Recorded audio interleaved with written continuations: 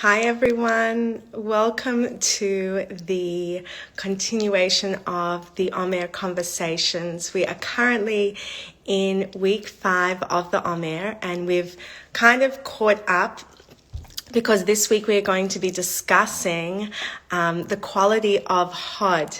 And if you have been tuning into the previous Omer conversations, you may already know that this is a time of deep introspection. It's 7 weeks which span from Passover through to Shavuot. And each of those weeks hold a different healing quality based on these divine emanations or these emotional capacities that we all have within us. And each week we use one of these emanations as a tool for reflection and a tool for learning and self-inquiry and for healing, so that we can come out of this period of 7 weeks having undergone a period of growth, a period of shift, and hopefully an opening which allows us to receive the divine download of the Torah on Shavuot in a new state of being. So I'm so excited for today to welcome a dear friend of mine, Jamie Graber, and she'll be joining us in just a moment. But in the meantime, I wanted to start to discuss the quality of Hod, which we are deep diving into today. So the quality of Hod is one of surrender and grace and humility. And it also has this quality of gratitude to it. It's an allowing, a spaciousness, an openness, and really a simplicity that comes when we cultivate more of it in our lives. So Hod is the place where we understand that we are not always in control, that we don't have to push all the time, where we can let go and we can surrender to the ebb and flow of life, and to the guide of a higher power that is influencing our whole experience. Hi, Mom. And I think that that's where our ultimate strength and grace comes from, because human ambition and human drive can only take us so far. And so it's dipping into this reservoir of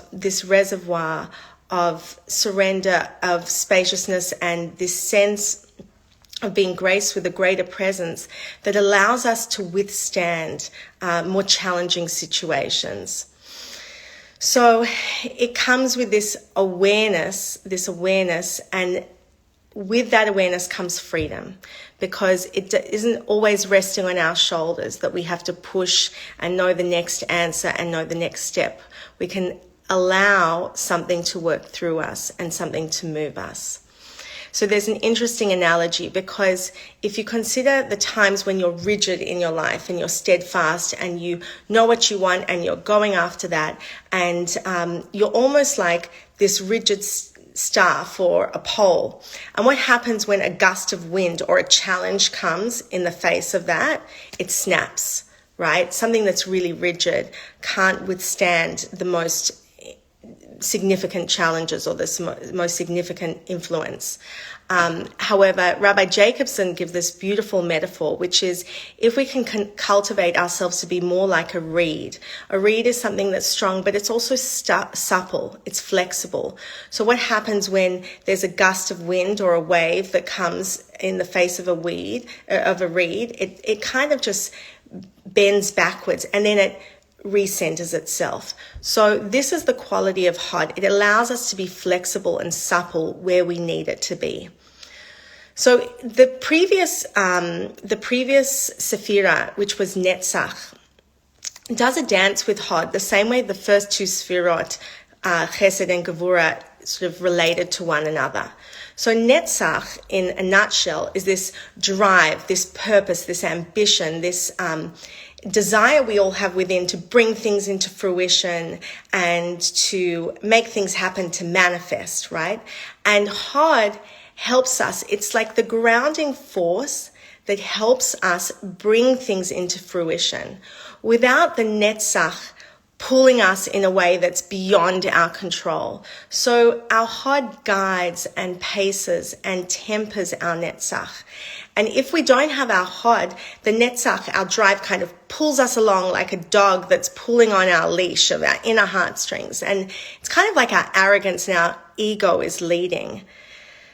But then with Hod, we realize, hold on a moment, I'm not the only one driving this, and I don't always need to push. I don't always need to just be a slave to these drives and ambitions. So Netzach, this impulse to move forward, is then grounded and supported and encouraged by this healthy sense of Hod, which invites in the benevolence of a higher presence. And if you look at the archetypes of these emotions, which are of Netzach, that's Moshe, who was the one who was leading the Jewish people, drawing down the Torah, bringing them out of Egypt, very active. And his counterpart was his brother Aaron, who we believe embodies the quality of Hod. And Aaron was a pacifist. He was this harmonious being, and we don't hear a lot of him because he's always the quiet force who was supporting Moshe. So we had the drive, the action, and then we had the supple presence who was supporting his brother. And together they created a huge momentum and a huge force that influenced the Jewish people's experience as they left Egypt. And hi, Jamie. Humility frees us because we need it both when times are challenging, and we also need it when things are flowing, because in both spaces it reminds us that it's not all us, and it can make us humble when things are doing really, really well and flowing smoothly, and it can give us hope when things are more challenging. And I also just want to tap into a few minutes to the idea of Hod as acknowledgement. So Hod shares a root with a few Hebrew words which you might be familiar with. One of them is todah, thank you. Modeh, like we say in the morning, modeh ani, that's an acknowledgement. And hodaya, which is a thanksgiving and a praise. And when we practice gratitude to Hashem or to a higher presence or to the universe, we are enhancing Hod in our lives, because we're in that moment of sitting and recognizing the blessings that have flown to us, that have fallen before us. It's like, holy moly, look at the bounty in my life. I feel so abundant. So this practice of acknowledgement and praise and gratitude cultivates Hod. It cultivates more humility, realizing what a blessing we have in our midst. And then there's also the importance of practicing Hod in our relationships. So when we practice gratitude and praise and acknowledgement in our romantic relationships, with our parents, with our children, we're enhancing Hod in our lives. So thank you for making this meal. Thank you for picking up your toys. Thank you for coming in with a smile, which I really needed. Thank you for meeting that moment with humor and grace, because I was just so stressed. Thank you, thank you, thank you. Acknowledging the efforts of the people in our midst, because not only does that make us feel more abundant, we realize the efforts that people are making. We realize the blessing of their presence in our lives. But then they feel seen and they feel recognized and they feel acknowledged and are more able to step into this role. We realize we're all in an ecosystem, and our lives require a village. They require human interaction. And we dip more into this idea of Hod as humility and gratitude.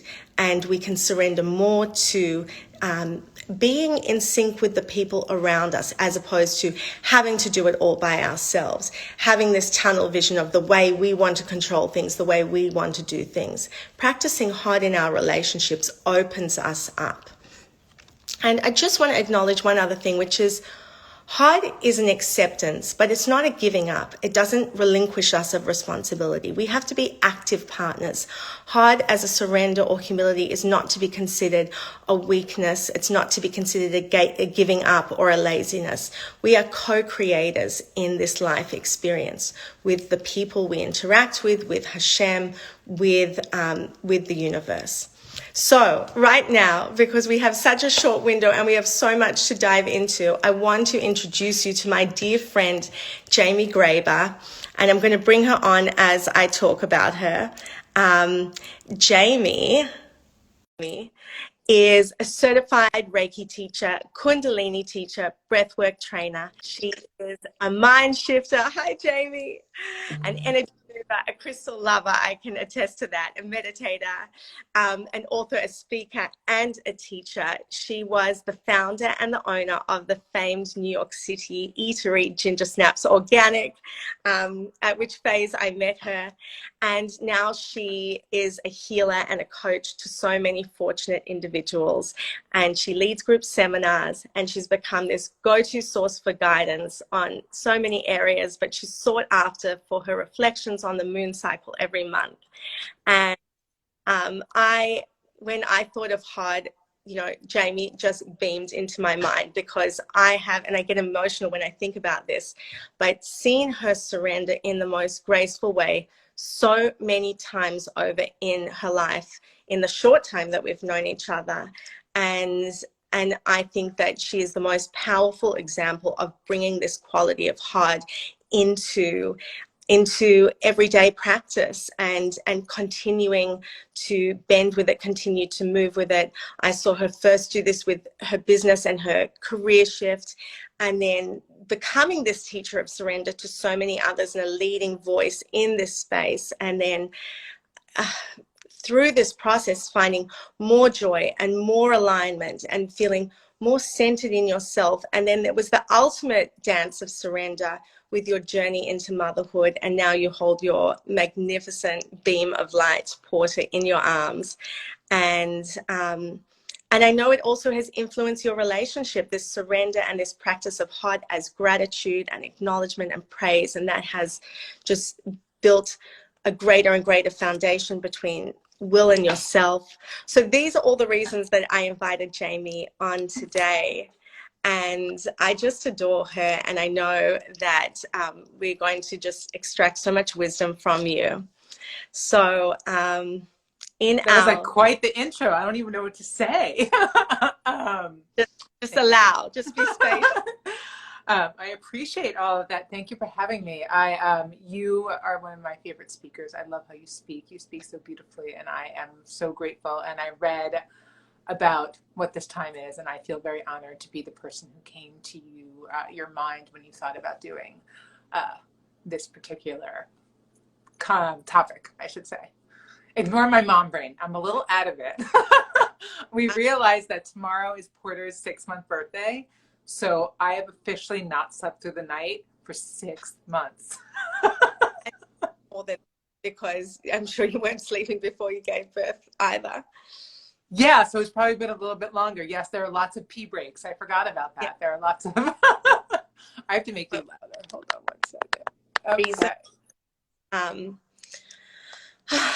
I know I had the same feelings of shift and recognition when Emmanuel just reached 6 months, and it's a time of looking back and welcoming this new life phase and emerging from the baby bubble. So yeah, we're all continuing to practice this quality of surrender. And I know your time is limited because you have to go and give your moon juice to your baby. Power pump. So I'm going to just, flow in. But, okay. A few years ago, I watched you surrender and answer this new call with your work. And you had to give up something that was, to the broader community and to outside eyes, unbelievably successful, because it was no longer aligning with what was calling you internally. And I think that would have required so much humility to step back and say, this isn't working for me, even though it seemed to be ticking all the boxes that we all strive for from a career and success standpoint. Can you talk a little bit about that shift and then tell us what you do now in your words? Yeah. So, it's funny when I think about it, and if I go back in time, it really was like this amazing thing, and I had an identity that was very much the owner of that cafe. That was a very special cafe. For some of you who don't know, it was a raw vegan cafe that was in the village, and it was also we did like Miracle Mondays where we talked about A Course in Miracles, and so it was this really beautiful connection of spirituality and food, and it gave me my identity. It was all the things, and it was all very natural, and it made me feel good on so many levels. And then there were so many things that I didn't like about it, which were just the restaurant business, and it was really hard. And I would struggle with it all the time because there were so many things I absolutely loved about the business. But what started to happen towards the end is that the focus started becoming like a lot on cleanses and stuff like that. And I started to become unaligned with like how that was letting my clients feel when they left, because there was a cycle of people constantly wanting to cleanse over and over and over again. And that's when I hit kind of my breaking point, because my business, when it was doing well, people cleansing is what you want. That is like where your like money is going to be made. Yeah. And I would come home and I would say to Will, like, I'm having a hard time about like these girls coming in wanting to be on the cleanse over and over and over again. And with my eating disorder history, it was really striking something with me. And I'm like, I'm having a hard time here because I believe energetically, like we have a relationship with the stuff that's happening. And I'm sort of wanting a no on the thing that makes the business stay in business. And I was really confused, and I wound up speaking to a coach who I love dearly, and she became a good friend of mine. And she was asking me, like, are there other people in your world that are expansive for you? Are there people who are doing what you're doing that are expansive? When we went through all the people, and I'm like, no. And at that moment, she had said to me, which is why I think like coaches are so important, is like they can give you a perspective on something. She just honestly asked me, what if ginger snaps isn't it? And I was like, my original thing when she said that was, and excuse my language, I was like, the fuck? Like, excuse me, how dare you, lady? We've only spoken once. It was our first call. And I was like, and we hung up, and I couldn't get that out of my head. What if ginger snaps isn't it? And in that moment, I was just kind of with that. And I was really had started my meditation practice, and I was very serious in my meditation already at that point. And it was helping me to process all that. And within a few days, like literally a few days, I wound up looking at my husband and going like, I don't want to do this anymore. And he, because he's the amazing man that he is, looked at me and said, then don't. And within 6 weeks, I closed the cafe. And the irony is that, my landlord loved me so much. Like he loved me. And I was like, listen, and I came to him to tell him the story, and he was like, I'll half your rent. He's like, I'll split your rent in half. He's like, and like, that's how much he loves me. Wow. And like, if anyone knows New York City, like landlords, they don't do stuff like that. And I sat with that, and I looked at him, and I'm like, it's still a no. And I'm like, wow, like that's not even tempting for me. And that's when I really had that confirmation that this was no longer what was where I should be. And it's funny because I was recently at Bonbori in New York, which was the first time I was there since I'd moved. I used to do moon ceremonies over there. And it was so funny because like I went there, and I went there every day. I was in New York for 3 days. I went every single day. I love it there.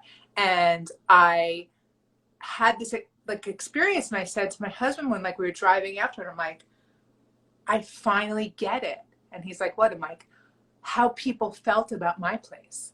How they were so devastated when I was closing, how they loved it, how like if the Caesar salad was in, they ran. Like when we had stuff in, they were so, and I said, and there's a part of me, right, I can think about it and be like, God, like she did it right. She is such an example of sort of what I was trying to create. I'm like, but she doesn't have the messy side, which is like the sitting in the cafe, the making the food on spot, the whole community part that I had. And I looked at him and I said, but I did.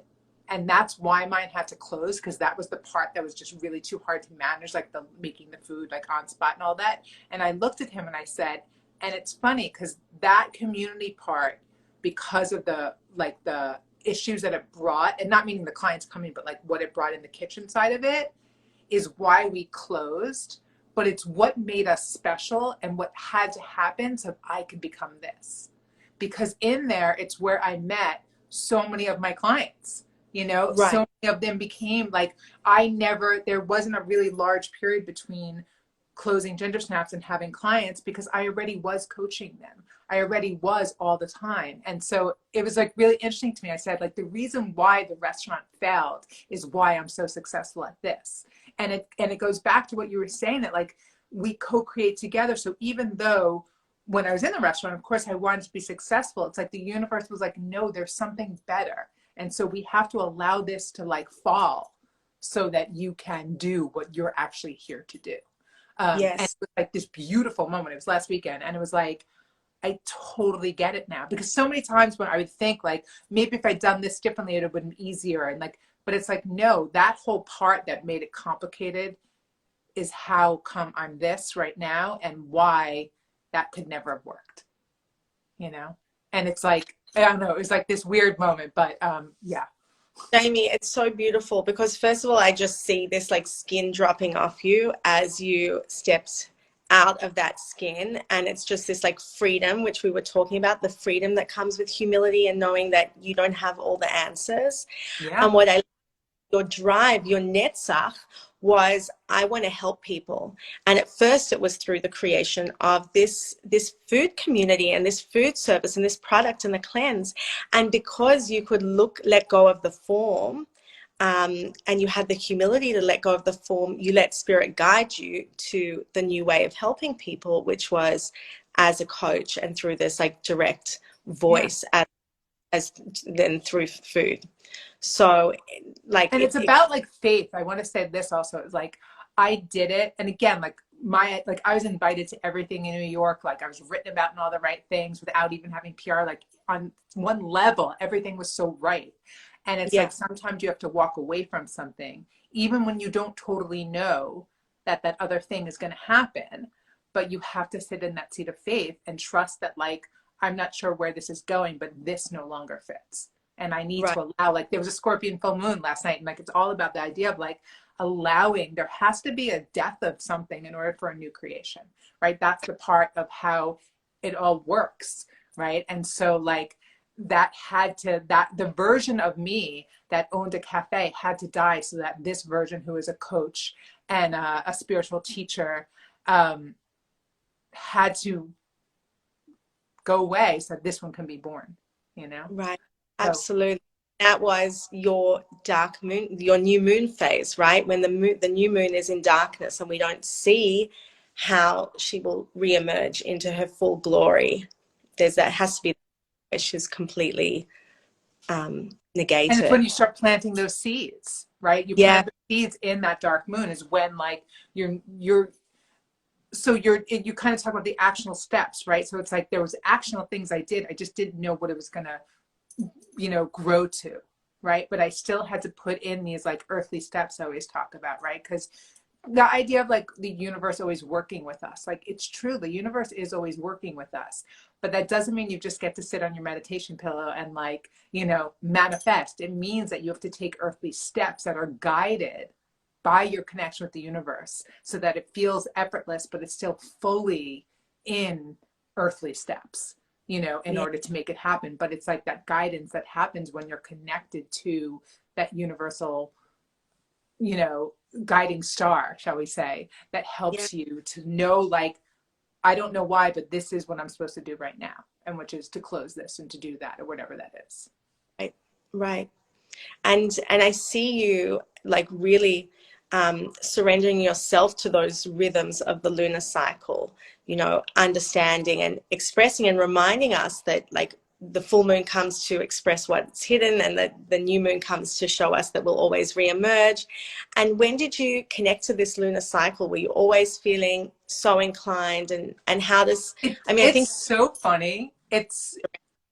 I started teaching about it when I still had ginger snaps, I had 1 or 2 moon classes already, which is funny if I think about it. Very soon into what I've been doing now, I started teaching it. And I'll get like and I'm like, I don't know when I started, but then like I'll get Facebook memories from like 11, 12 years ago. And I'm like, that damn moon did it to me again. And like, it's so funny. And I'm like, yeah, I really was like very much affected by the moon. You know, my mom will say from an early age, I was, you know, burning smoke around my crystals, putting them in the window, not wanting to people touch them. She's like, you were always this, like, she'll say weirdo. But I always had this thing. So I don't know when it exactly started where it became like so specific. But ironically, my first workshop, which was I think 5 years ago, and I think Ginger Snaps had maybe closed like a week before. It was a 3-week workshop, and one of them was like the first week I taught breath work, and the last week I taught moons. And I'm like, it's so interesting how I'm so consistent. I'm like, you know, 5 years later, it's still really what I think is like the most important practice. Yeah, yeah. And it's this cycle of time. It's also a very Jewish and a feminine quality in our spiritual traditions that a woman, you know, flows with the movements of the moon. And I think for you, it's brought so much depth to your teaching and your life and to so Yeah. many of us. And I think it's really accessible because I think that even if you don't, you're like, oh, I don't really care what the moon is. Like, it doesn't really mean anything to me.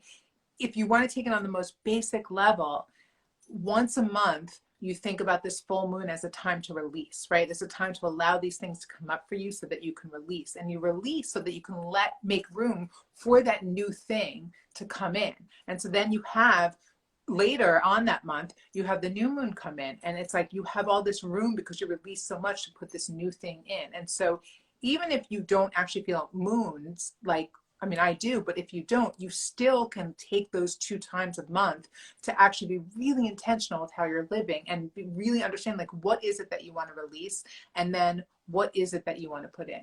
And you do it every year, every month. And like, that is how you live an intentional life, you know, Yes. by being super mindful constantly. And so these are 2 ways that I think it's really easy for women and people, you know, to kind of just get intentional, even if that's the only intentional that they're doing. At least they're dropping in twice a month to do that. And Yeah, so I find that a really powerful thing for like almost anyone who can connect into that. totally. These anchors that we Yep. can keep into. Jamie, I wanted to talk a little bit and reflect about your pregnancy journey because it was such a magnificent process, you know, to see you undergo. I know there were so many trials and tribulations along the way, but you kept showing up with so much trust and so much grace, and you never complained at all. And I think there's no greater expression of Hod than what you than the way you led through that journey. And can you talk a little bit about how you had to surrender through that Yeah. part? So the quick story, and the quick story is that I decided at the a month before 44 that I wanted to have a baby, and my husband and I ironically decided like in the same exact moment, and we went through a lot of IVF, which was a lot of needles and a lot of appointments, and for some people they would have said that it was like the hardest like year and a half of their life. For my husband and I think we both agree it was the most romantic and the most beautiful, and we fell madly and deeply in love with each other, even more so than we were before. Wow. And it's because we chose to be really intentional about it. And so for me, we played mantra when we did the shots. We also, when we would go to the doctor's appointments, and he went to every single one with me, ironically, until we got pregnant, because then COVID happened and he couldn't come anymore. Yeah, But everyone that was it was beforehand, all alone. when you're doing IVF, you're going like 3 or 4 times a week. And we were going at like 7 in the morning before work.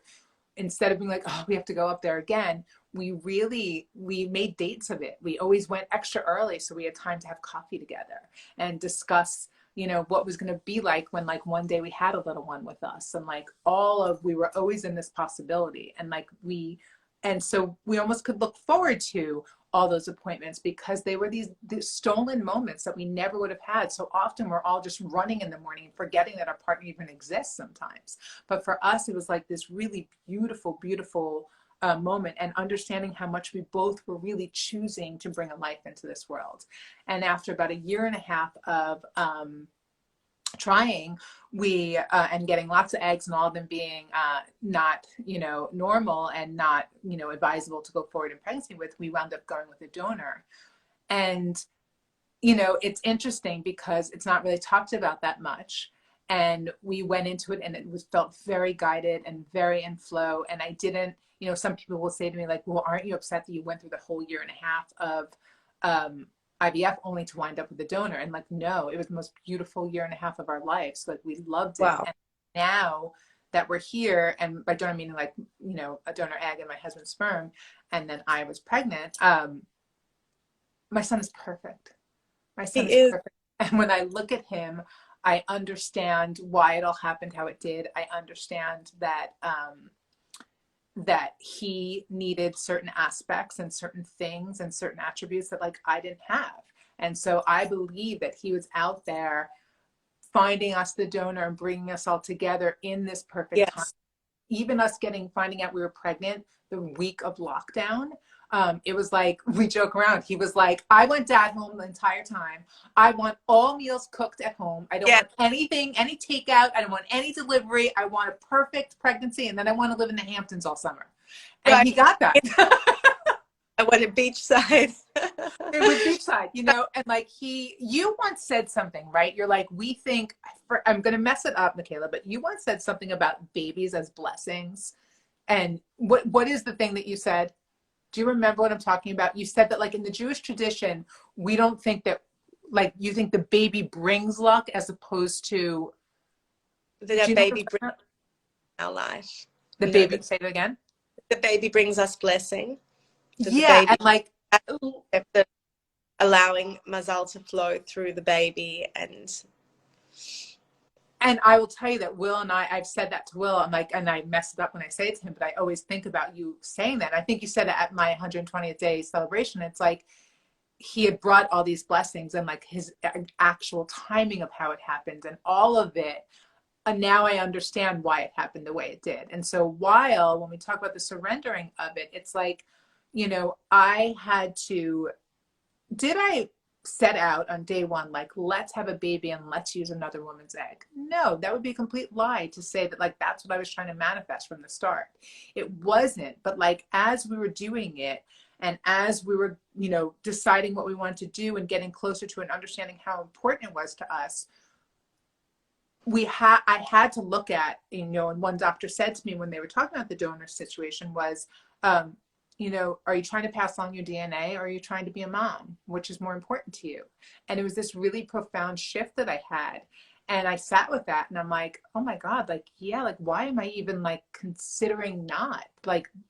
It's such a weird conception that I think that like that has anything to do with it. And like from that, I really realized that for all of us women who are trying to get pregnant or trying to have a baby and it's not happening exactly as we want, like, open up to possibility, because there's so many different possible ways to become a mom, and understanding that each way, whether it is naturally, whether it's through IVF, IUI, donor sperm, you know, surrogacy, adoption, stepchildren, foster, any of that is equally miraculous.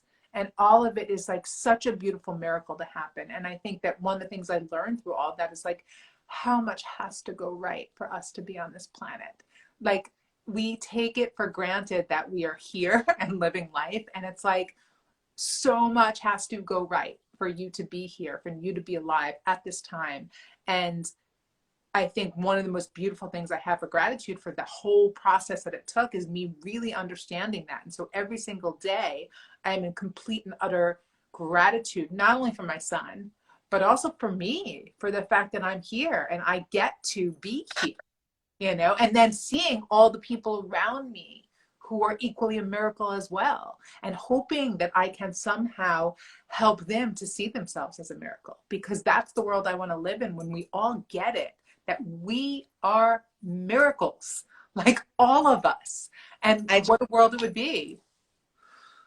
I mean, Lord, by that chain of recognition and where you brought us just now with your words, because it is so absolutely true. And just thinking of you as a channel for this miracle, and then this realization that you were part of that channel as well, it is so profound. And I hope that everyone who listens to this really like senses into that and feels the joy and gratitude for this human incarnation that we find, this opportunity to be together and to relate and to have these magnificent life experiences. I mean, Yeah. I just And whatever it is that you're trying to create, whatever it is that you're manifesting in life, like mine was obviously a baby, but it really goes for anything. It's understanding like, what is it that you're really trying to create, right? Like get really wrapped around what that is, and then be open to all the different possibilities of how that can happen.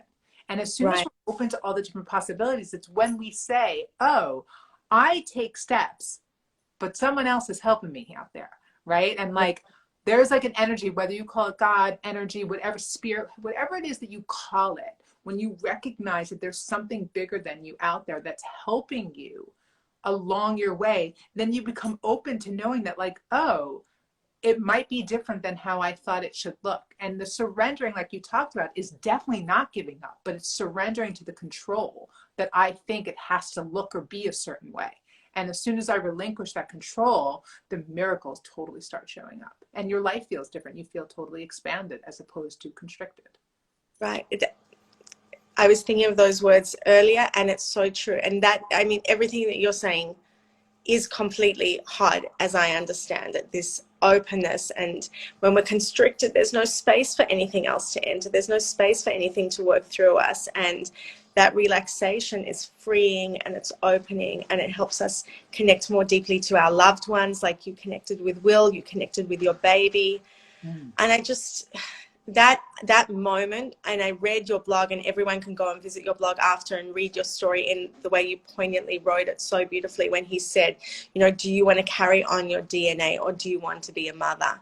That shift in your recognition, that shift from I'm pushing this, I'm driving this, I know the way I want it to be, and then realizing that it doesn't have to be in that exact form, and has brought you the greatest gift of your life. Not Yeah, and only I think that that's our responsibility, is to staying open, because I will say that like that conversation I had with him, and I really disliked that doctor who actually said it to me.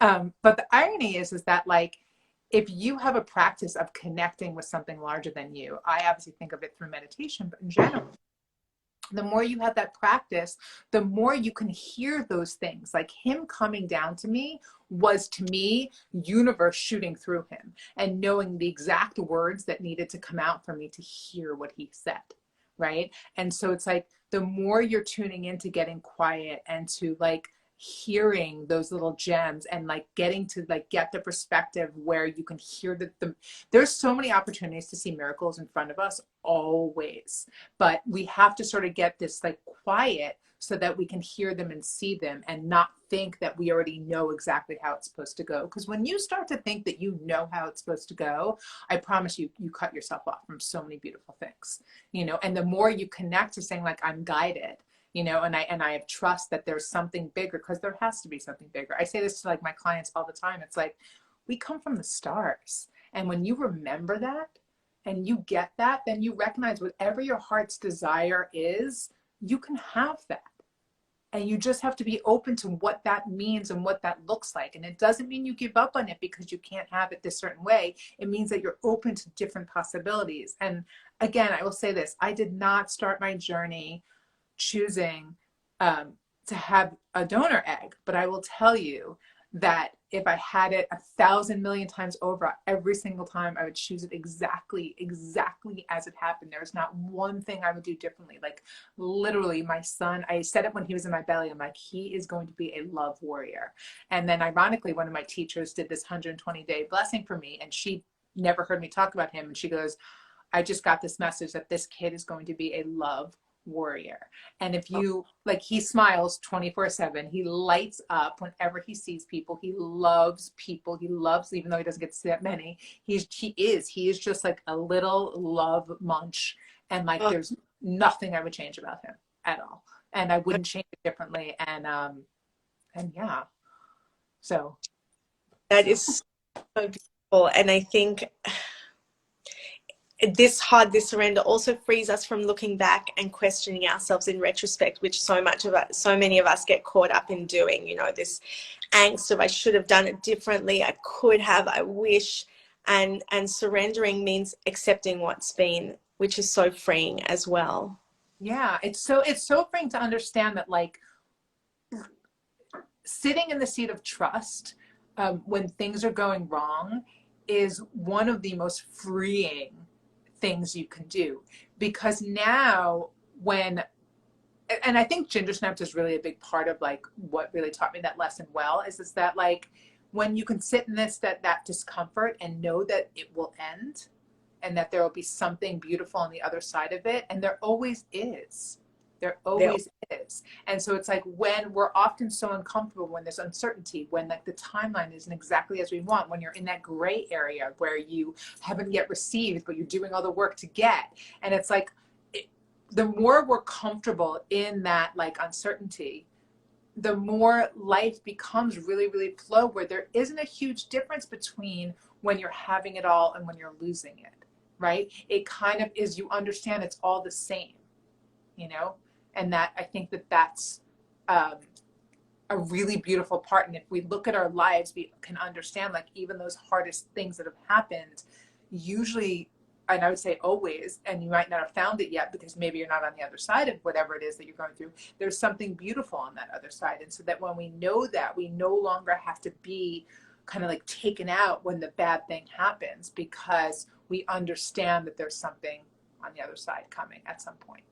Yeah, being supple like the reed, if you heard that analogy. Jamie, I want to be cognizant of your time, and it's 11:11. So I was going to ask a question about praise and will, but if you want to see how Jamie praises and adores and recognizes her husband, you can visit her on Instagram, because she really reflects on their beautiful relationship. Or you can join her blog, or if you want to go deeper, join one of her seminars or her coaching. Jamie, I am so grateful for your journey, because of your experiences, you're in this position where you can bring us so much wisdom. And I'm just so grateful to learn from you and to feel strengthened by you, and to just watch as you unfold with such awe. And you're such an incredible, incredible example for how to move through life with joy despite challenge, and then just revel in the beauty and the blessing that has come to you. And I love seeing you enjoy your son and your marriage and your life, and reflecting to us that we are all miracles who are worthy of feeling that way as well. So thank you, my love, from the bottom of my heart. I adore you. I adore you, adore you. And I can't wait to get to Australia at some point so we can all play on the beach. I know, playtime with our love warriors. Yeah, exactly. With our Emmanuels. All right. Thank you so much. Thank you. And I look forward. Oh, I could ask you another million questions, but for next time. Beautiful. Bye, Mama. Okay.